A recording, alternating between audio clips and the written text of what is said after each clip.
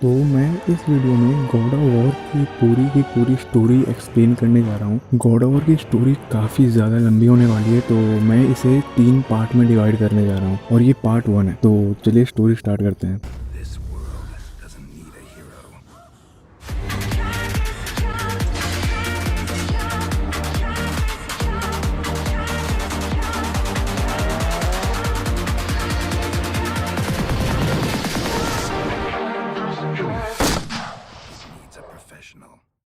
तो God of war game Greek mythology पे based है और प्रिमोडियल सबसे पहले बीइंग्स थे और उनके बीच के वॉर से फ्यूरीज का जन्म हुआ। फ्यूरीज ओलंपस के ओथ को ब्रेक करने वालों को पकड़ती है और जो भी ओलंपस के ओथ को ब्रेक करता है फ्यूरीज उनको टॉर्चर करती है। इस वक्त टाइटन्स का राज था और टाइटन का राज मैनकाइंड के लिए एक गोल्डन एज था। क्रोनिस एक टाइटन जिसने अपने ही फादर को मार दिया पावर के लालच में। तब उसे मालूम हुआ कि उसका बेटा ही उसे मारेगा। तब वो एक के बाद एक अपने हर बेटे को खाने लगा, अपने पेट के अंदर कैद करने लगा। लेकिन क्रोनिस की वाइफ अपने बच्चों को बचाना चाहती थी और उसने अपने लास्ट बेटे ज़्यूस को बचाने के लिए क्रोनिस को ट्रिक किया और एक कपड़े में एक पत्थर लपेट के क्रोनिस को दे दिया और ज़्यूस को वहां से भगा दिया। फिर गाया जो टाइटन्स और अर्थ की मदर थी उसने ज़्यूस को प्रोटेक्ट किया क्रोनिस से। बट जब ज़्यूस बड़ा हुआ तब उसने पूरे के पूरे टाइटन काइंड को खत्म करने के लिए एक वॉर स्टार्ट कर दी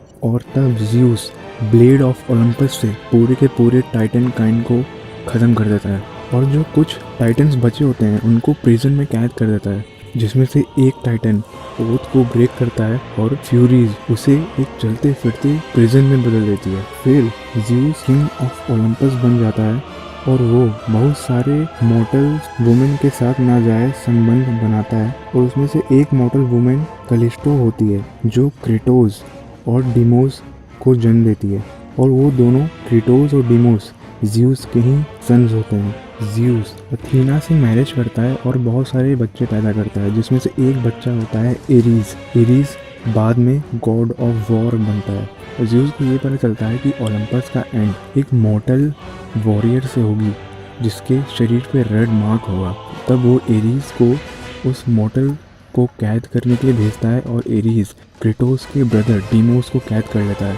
जब क्रेटोस अपने भाई को बचाने जाता है तब एरीज उसे मारता है। तब क्रेटोस को उसके लेफ्ट आई पे एक मार्क मिलता है। फिर क्रेटोस अपने भाई के याद में अपनी पूरी बॉडी पे रेड कलर का एक टैटू बनवाता है। फिर जब क्रेटोस बड़ा होता है तब वो ओलंपस आर्मी ज्वाइन करता है और एरीज क्रेटोस को अपने साइड से फाइट करने के लिए कहता है। क्रेटोस एक बार बारबेरियन वॉर में नियरली हार चुका होता है और क्रेटोस मरने वाला होता है। तब वो एरीज से कहता है कि एरीज उसकी मदद करे और क्रेटोस जिंदगी भर उसकी गुलामी करेगा।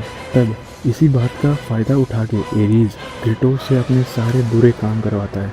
एक बार वो क्रेटोस को ऑर्डर देता है कि वो एक पूरे के पूरे विलेज को ख़त्म कर दे और क्रेटोस पूरे के पूरे विलेज को ख़त्म करने जाता है और गलती से क्रेटोस अपनी ही फैमिली को ख़त्म कर देता है। तब उसे ये रियलाइज़ होता है कि उसने अपनी फैमिली को मार दिया।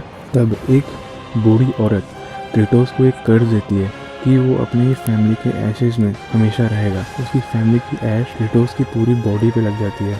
क्रेटोस को एरीज पे बहुत गुस्सा आता है और क्रेटोस एरीज से किया हुआ ओथ ब्रेक करना चाहता है, पर वो ऐसा नहीं कर पाता क्योंकि फ्यूरीज उसे ऐसा करने से रोक रही थी। तब उसे पता चलता है कि उसे ओथ ब्रेक करने के लिए उन चारों फ्यूरीज को मारना पड़ेगा।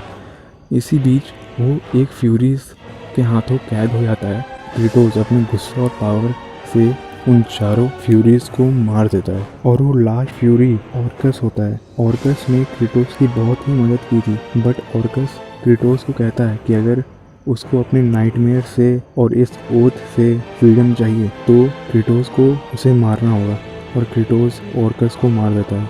पर जब क्रेटोस ऑर्कस को मारता है तो उसके नाइटमेयर्स फिर से वापस आ जाता है। तो फ्रेंड्स, पार्ट 1 यहीं पे ख़त्म होता है। मैं होप करता हूँ कि आपको ये वीडियो पसंद आई होगी। पार्ट 2 मैं बहुत जल्द आने वाला हूँ। Thanks for watching.